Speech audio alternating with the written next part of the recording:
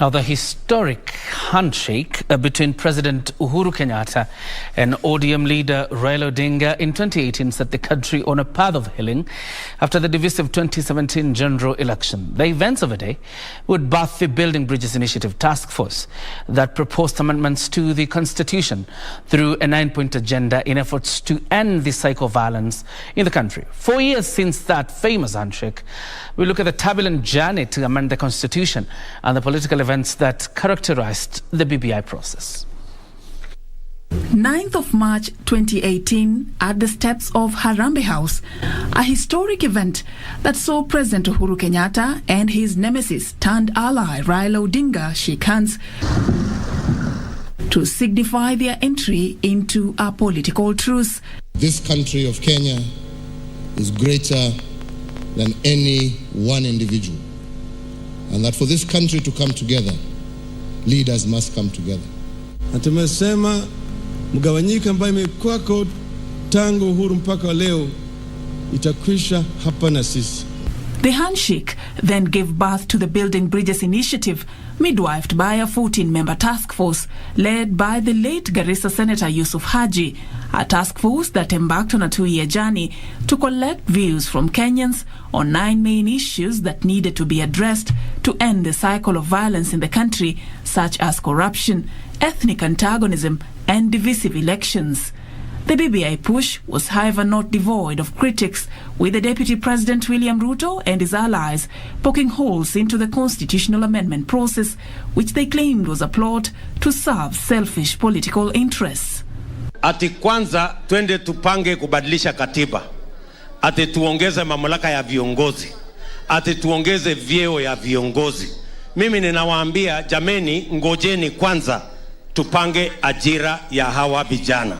The push and pull culminating in a fierce legal battle which saw the High Court's 5-judge bench led by Professor Joel Ngugi declare the process null and void, ruling, among others, that the president cannot initiate the process to change the constitution through a popular initiative.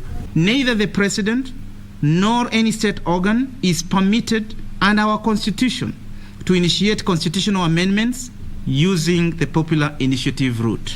On the 20th of August 2021, a 7-judge bench of the Court of Appeal, also in a majority decision, dealt another blow to the BBI process after upholding the ruling by the High Court.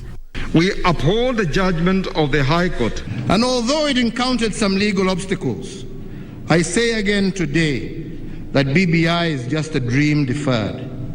One day, someday, it will happen. Sasa hao jamaa wameruka wamesema kwenda pande nyingine. Tunasema sawa. Kuvunjika kwa mwiko sio mwisho wa upishi.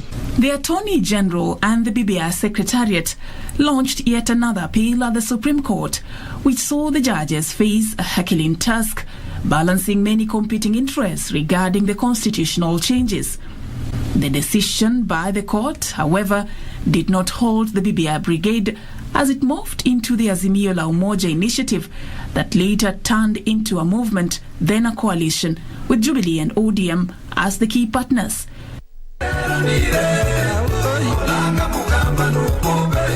The hallmark of this partnership, however, was the endorsement of ODM leader Raila Odinga's presidential bid by Jubilee Party leader President Uhuru Kenyatta in the 2022 general election.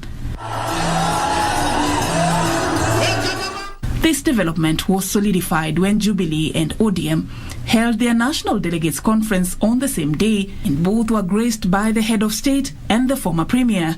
Na ndipo leo mimi niko hapa mbele yenu nikiwaomba ruksa ya kufanya kazi na vyama tofauti tofauti ambavyo fikira zao zinalingana na zetu, ambazo fikira zao ni za kututafutia amani na umoja katika taifa letu.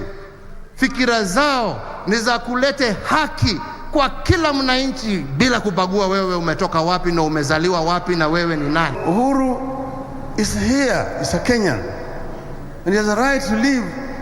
Even if he is not a president, he is very, very capable to work for the people of Kenya.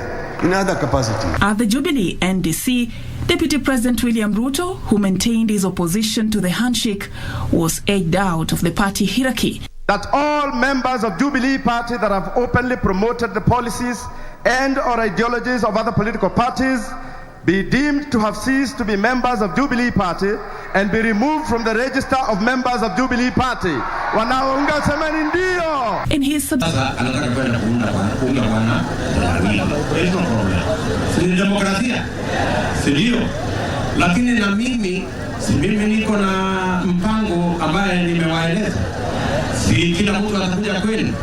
Si mnajua hakuna mashindano kati yangu na Uhuru Kenyatta. 4 years since the train left the station, what started as an agreement between two gentlemen has turned into a force that is weathering storms on its path to the intended destination.